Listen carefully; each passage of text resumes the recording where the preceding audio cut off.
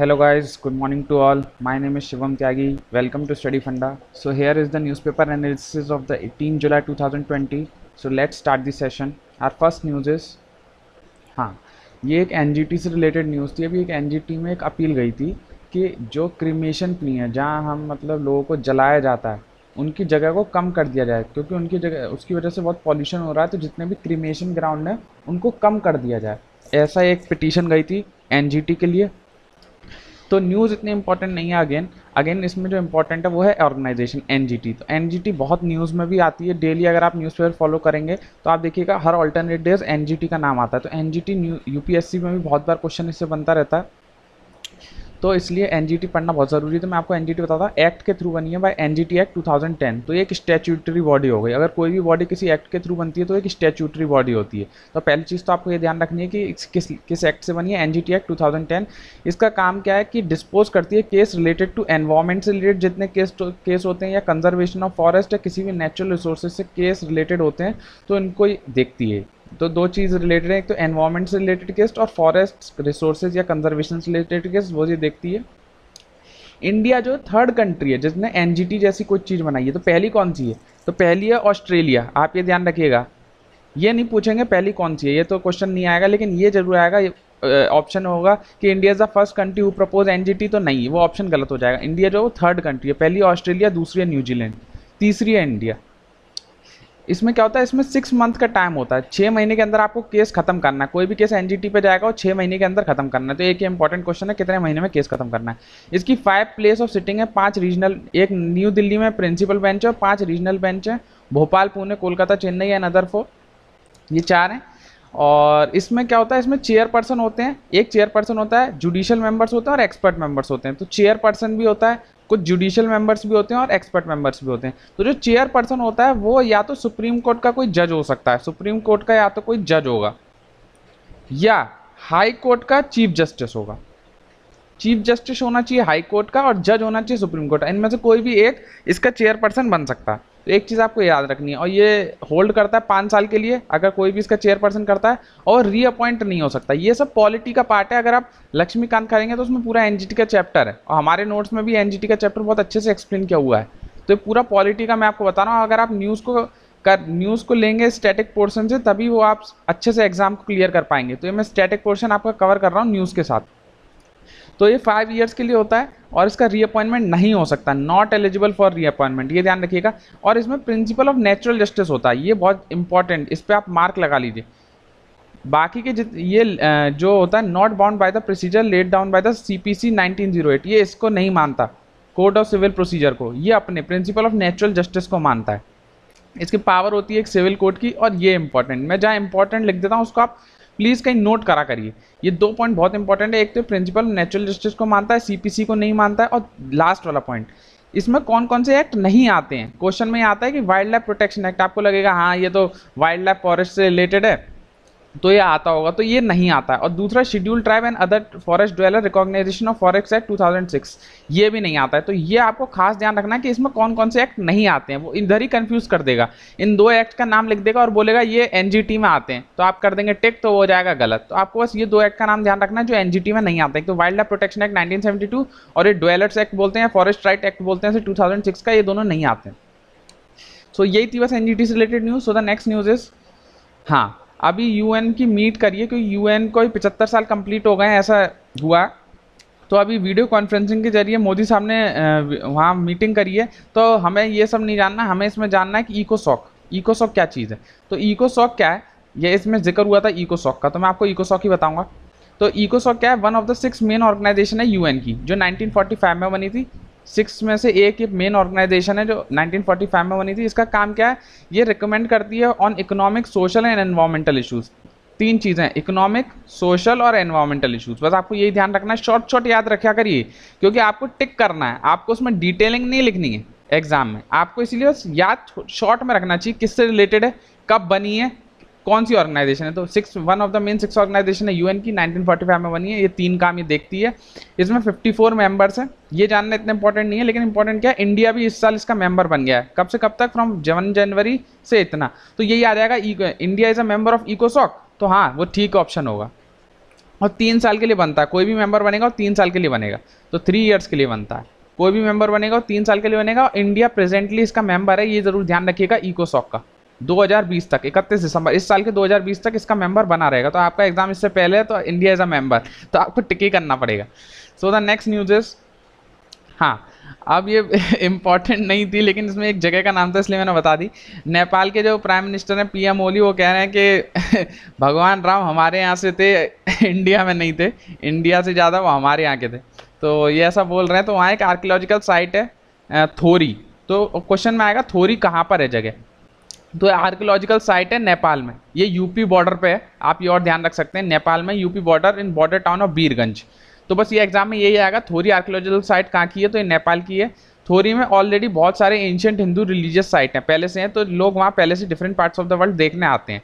इसमें एक इंपॉर्टेंट ये लिखा हुआ था, अच्छा लगा मेरे को तो मैंने डाल दिया। ये लोग बोल रहे हैं कि नॉर्मली ट्रेवल टाइम जो लगता है किसी रथ को इंडिया के अयोध्या से, क्योंकि भगवान राम अयोध्या में थे, टू जनकपुर, सीता माता जनकपुर थी, आने में 7 दिन लगते हैं नॉर्मल किसी चैरियट को, किसी रथ को नॉर्मली जाने में। अयोध्या से जनकपुर 7 दिन लगते हैं, लेकिन रामायण से, रामायण की जो बुक है वो कहती है कि राम जो हैं वो एक ही दिन में जनकपुर पहुंच गए थे। तो इसका मतलब ये कह रहे हैं कि बहुत ही पास में कोई नज़दीक जगह है, इतना दूर नहीं गए वो नेपाल में, कोई बीच में एक जगह है जहाँ उनकी शादी हो गई थी, वो ये कहना चाह रहे हैं। तो वो इसीलिए इस जो बीच वाली जगह है इसी को उन्होंने बोल दिया थोरी एक जगह है। ये एकदम यूपी बॉर्डर से लगी हुई है, ज़्यादा दूर नहीं है। तो ये बोल रहे हैं यहाँ से भगवान राम यहीं पर आए थे, यहीं जनकपुर है, यहीं शादी वादी करे थे। तो ये तो मैंने ऐसे ही लिख दिया था, ये इंपॉर्टेंट नहीं है, ना ही ये इंपॉर्टेंट है, बस इंपॉर्टेंट है थोरी। थोरी कहाँ पर है? नेपाल, यूपी में। यूपी में नहीं, यूपी बॉर्डर से टच करता है थोरी जो है, नेपाल में, बीरगंज डिस्ट्रिक्ट में। सो द नेक्स्ट न्यूज इज, हाँ ये भी एक अच्छी न्यूज़ है, यूएन ने अभी ब्लैक लिस्ट कर दिया है पाकिस्तान तालिबान लीडर को, जिसका नाम है नूर वली महसूद। तो आपको इसका नाम याद रखना पड़ेगा 100%, बहुत इंपॉर्टेंट क्वेश्चन है। जब भी कोई भी ग्लोबल टेररिस्ट घोषित किया जाता है तो उसका नाम आता है। अगर आपको ध्यान होगा तो एक ग्लोबल टेररिस्ट था पिछले साल हुआ, मसूद अजहर। अगर आप अच्छे से न्यूज़ रोज, अगर मैं भी नहीं पढ़ा रहा, अगर आप फॉलो करते हैं तो एक ये पिछले साल हुआ था मसूद अजहर। अच्छा आप मेरे को इसके ऑर्गेनाइजेशन का नाम बताइए, चलिए कमेंट सेक्शन में। मसूद अजहर की ऑर्गेनाइजेशन का नाम बहुत फेमस है, तो आप बता दीजिए। तो पिछले साल ये हुआ था। अच्छा कल जो इन्होंने आंसर दिए हैं, बहुत अच्छे आंसर दिए हैं। जो मैंने पूछा था, काजीरंगा नेशनल पार्क आसाम में ब्रह्मपुत्र नदी के बीच में से जाती है और फेमस है वन हॉर्न राइनो के लिए। बहुत अच्छा, बहुत अच्छे आप लोग आंसर दे रहे हैं, तो बहुत खुशी होती है अगर आप लोग आंसर इसी तरह देते हैं। तो आज का क्वेश्चन यही है कि मसूद अजहर की ऑर्गेनाइजेशन कौन सी थी जिसको यूएन ने ब्लैकलिस्ट करा था। अभी इसको जान लेते हैं न्यूज़। नूर वली महसूद, इसकी ऑर्गेनाइजेशन का नाम था तहरीक ए तालिबान पाकिस्तान। याद रखिएगा, तहरीक ए तालिबान पाकिस्तान। कभी कभी ऑर्गेनाइजेशन नहीं लिखते हैं क्वेश्चन में कि कौन सी ऑर्गेनाइजेशन को अभी यूएन ने बैन करा है, नाम नहीं आता। नूर वली महसूद उस बंदे का नाम है। ये आपकी शक्ल देख सकते हैं, देखिए क्या भयानक लग रहा है भैया। और इसकी ऑर्गेनाइजेशन का नाम है तहरीक ए तालिबान पाकिस्तान। तो बस ये दो चीज़ें आपको याद रखनी है। इससे होता क्या है ब्लैकलिस्ट, एक तो यूएन सिक्योरिटी काउंसिल ने ब्लैकलिस्ट करा, यूएनएससी, मैं आपको इसके बारे में अभी बताऊंगा यूएनएससी क्या चीज़ है। इसने इसको ब्लैकलिस्ट करा। ये 1267 इसमें कोई आर्टिकल है जो इस पर केस चल रहा था, केस का नाम है 1267। ये इतना इंपॉर्टेंट नहीं है, यूएनएससी ने इसे बैन करा। इससे होता क्या बैन करने से? Blacklist by the security council entail that all states are required to freeze without delay the funds. इसके जितने भी फंड हैं उनको डिले करो या फ्रीज कर दो। जितने भी फंड इसको मिलते हैं किसी भी देश से, कोई भी देश इसको फंड देता है, उस सबको फ्रीज करो। जो इस ऑर्गेनाइजेशन को बहुत सारे लोग फंड कर रहे होंगे तो उस सबको फ्रीज करना पड़ता है। इसकी सारी जितनी फाइनेंशियल एसेट्स है उसको सबको कब्जे में ले लो और इसको इधर उधर नहीं जाने दो। 3 चीज़ें, एक तो इसके एसेट्स सारे छीन लो, और क्या कहते हैं, इसको जितनी फंडिंग आ रही है उसको रोक दो, और उसको एक जगह रोक लो, इधर उधर ना जाने दो। सो ये इससे न्यूज़ था। मैं आपको यूएनएससी के बारे में बताता हूँ। हाँ, यूएनएससी बहुत ही इंपॉर्टेंट टॉपिक है एग्जाम से रिलेटेड। तो यूएनएससी में पहले जान लेते हैं कितने मेंबर होते हैं। तो यूएनएससी में 5 परमानेंट मेंबर हैं और 10 नॉन परमानेंट मेंबर है। तो टोटल इसमें होते हैं 15। 15 में कैसे होते हैं? 5 परमानेंट और 10 नॉन परमानेंट। अभी हाल में जो नॉन परमानेंट मेंबर है उसमें इंडिया भी ऐड हो गया है। पहला तो इंपॉर्टेंट क्वेश्चन यही हो गया कि इंडिया जो है वो नॉन परमानेंट मेंबर है यूएनएससी का। Non permanent, India is a non permanent member of UNSC, इसी साल इलेक्ट हुआ है। तो जो परमानेंट मेंबर है वो तो आपको पता है P5 नेशन है, China, France, Russia, UK, US, ये तो आपको याद है। नॉन परमानेंट मेंबर कैसे होते हैं? कॉन्टिनेंट वाइज होते हैं। अफ्रीका से 3, एशिया से 2, लेटिन अमेरिका से 2, वेस्टर्न यूरोप से 2, ईस्टर्न यूरोप से 2। तो ये इतना इंपॉर्टेंट नहीं है, बस आपको याद रखना टोटल कितने हैं, 5 परमानेंट, 10 नॉन परमानेंट, और इंडिया इस साल हो गया। सिक्योरिटी काउंसिल का काम क्या है? ताकि मेंटेन कर सके इंटरनेशनल पीस एंड सिक्योरिटी। ये तो आपको नाम से समझ में आ रहा है, सिक्योरिटी का काम कर रहा है ताकि पीस रख सके। ये एक ओनली यूएन की ऑर्गेनाइजेशन जिसके पावर है ताकि वो लीगली ऑब्लिगेशन लगा सके। ये एक ओनली यूएन ऑर्गेनाइजेशन है जो लीगली बाइंडिंग किसी भी देश पे लगा सकता है। लीगली किसी को भी बाइंड कर सकता है कुछ काम ना करने से। ओनली यूएन की यही ऑर्गेनाइजेशन है यूएनएससी जो लीगली बाइंड कर सकती है। बस आपको ये और ध्यान रखना है, लीगली बाइंडिंग ये लगा सकती है। ये UNSC one of the organisation of UN है। इसका काम है मेंटेन करना प्रिंसिपल इसमें। हाँ, अब ये दो इंपॉर्टेंट चीज़ और हैं जो इसमें नहीं लिखी है, मैं आपको बताता हूँ। एक तो है G4 ब्लॉक। तो G4 ब्लॉक में 4 कंट्री आती हैं। कौन कौन सी? Germany, Japan, Brazil, India. ये कहती है कि हमें यूएन में परमानेंट सीट दे दो। ये 4 कंट्री हैं जिन्होंने अपना अलग से एक ब्लॉक बना दिया है G4 ब्लॉक। आपको याद रखना पड़ेगा, क्वेश्चन यही आएगा G4 ब्लॉक रिलेटेड टू। तो ये वो कंट्रियां हैं जो चाहती हैं कि हमें परमानेंट सीट मिले यूएनएससी में, क्योंकि अभी नॉन परमानेंट सीट मिली हुई है। और दूसरा कॉफी क्लब। तो कॉफी क्लब क्या है? ये अपोजिट पार्टी समझ लीजिए। ये कहती हैं अपोजिट टू द G4। ये अपोजिट टू द G4 है। ये कहती हैं एक्सपेंशन करो non permanent category of seat का। ये कहती हैं जो नॉन परमानेंट सीट की कैटेगरी है उसको एक्सटेंड कर दो। परमानेंट को मत लो, परमानेंट तो 5 ही रहने दो, लेकिन नॉन परमानेंट को एक्सटेंड कर दो। तो अपोजिट पार्टी है, तो आपको पता है ये सारे कंट्रीज हमारे अपोजिट हैं। इसमें एक मेन इंपॉर्टेंट नाम ये देखिए हम जो बोलेंगे उसके अपोजिट काम इन्हें करना ही होता है, हमेशा से करते हैं। तो पाकिस्तान इसका का पार्ट है। तो आपको 2 चीज़ याद रखनी है। भले आप ये कंट्रीज का नाम याद मत रखिएगा, इतना इंपॉर्टेंट नहीं है, लेकिन G4 ब्लॉक किससे रिलेटेड है और कॉफी क्लब। बहुत कंफ्यूजन हो जाता है जब एग्जाम में आप कोई ऐसा नाम पढ़ते हैं कॉफी क्लब। तो आपको पता होना चाहिए ये जो G4 है उसके अपोजिट काम करती है और ये चाहती है कि नॉन परमानेंट सीट जो है वो बढ़ जाए।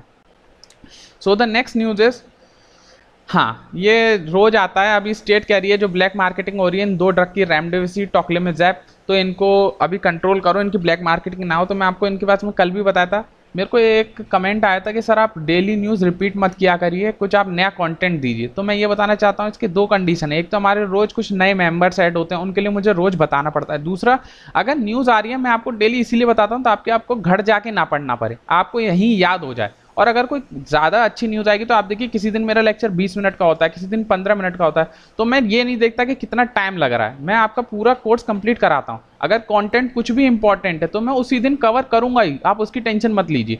रिपीट होगा क्योंकि रिपीट से आप लोगों की रिवीजन होगा, पहला इंपॉर्टेंट, और हमारे जो न्यू स्टूडेंट हैं उनको भी आसानी होगी। सो ये मैं आपको कल भी बताया था। लोपनिवीर ये सब जुगाड़ मेडिसिन है जो अभी कोविड के टाइम पे चल रही हैं। इनमें से कोई भी सही मेडिसिन नहीं है, सब अलग अलग चीज़ के लिए यूज़ होती हैं। एक तो लोपनिवीर, रिटोनोवीर ये HIV के लिए यूज़ होती है, डेक्सामिथासोन ये आर्थराइटिस के लिए यूज़ होती है, हाइड्रोक्लोरोक्विन कितना इंपॉर्टेंट नाम है, ये आता ही रहता है। ये एंटी मलेरियल ड्रग है, आपको याद है मलेरिया के लिए ड्रग है।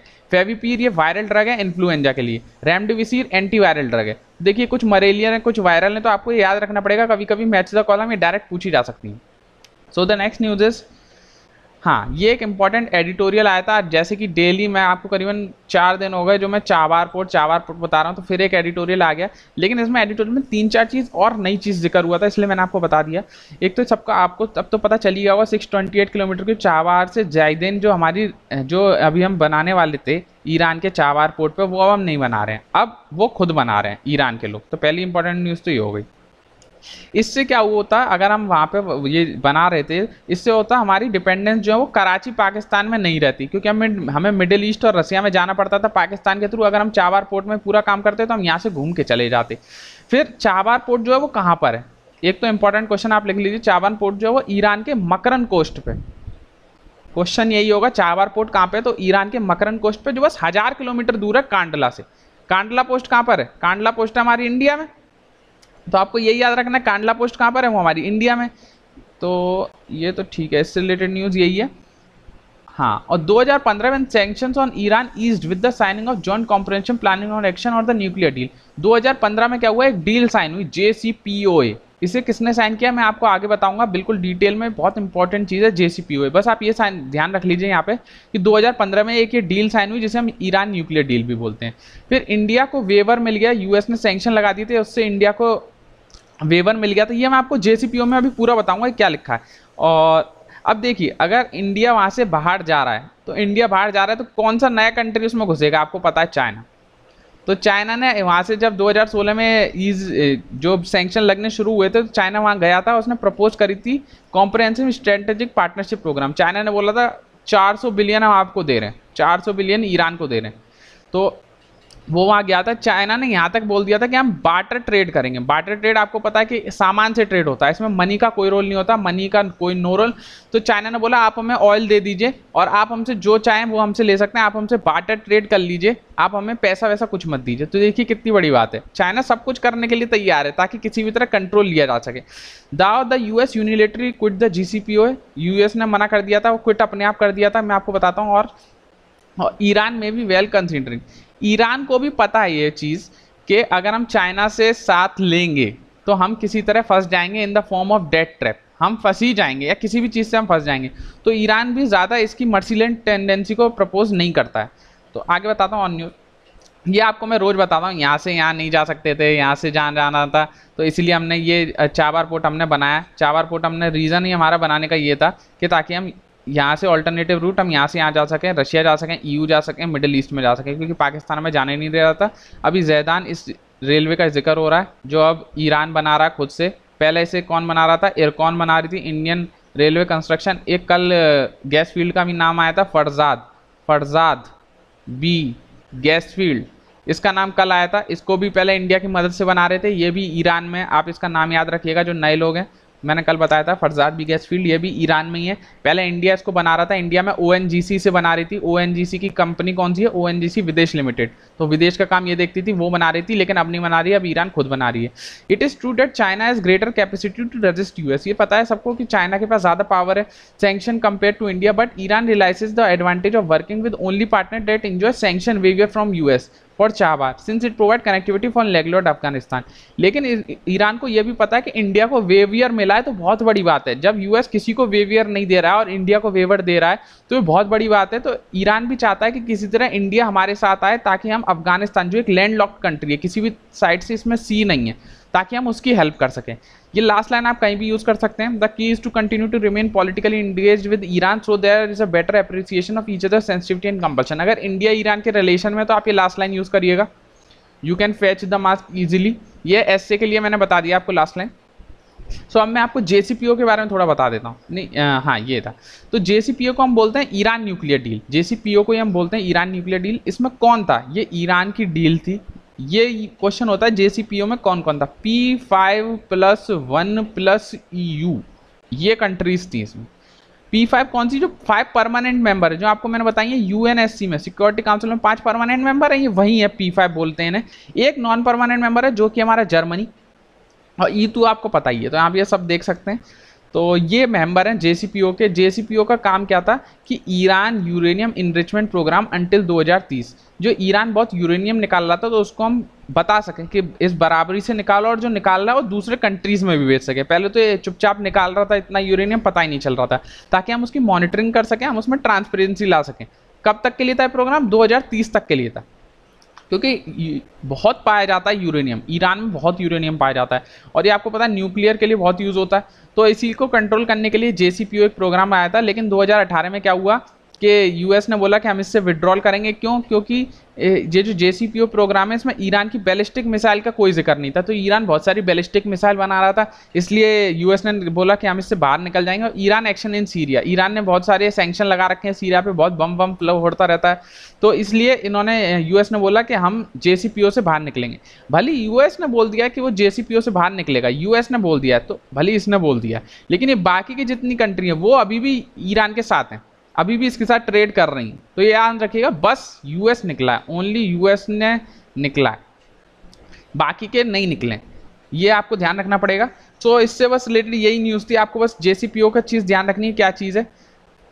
So the next news is are over. I hope you like my lecture, और आप लोग बहुत अच्छा आंसर दे रहे हैं। कल मुझे बहुत अच्छा लगा कि काफ़ी लोगों ने आंसर दिया है। तो प्लीज़ कमेंट सेक्शन में ऐसे ही आंसर लिखते रहिए। प्लीज़ शेयर, लाइक, सब्सक्राइब, और अगर कोई भी दिक्कत है तो प्लीज़ आप कमेंट सेक्शन का यूज़ करिए, मैं इसका आंसर आपको बिल्कुल देता हूँ। जितने लोग मेरे से कमेंट पूछते हैं मैं उसका आंसर एकदम सही देता हूँ, और कोई भी दिक्कत है तो आप मुझे बता सकते हैं। So thank you all, bye bye.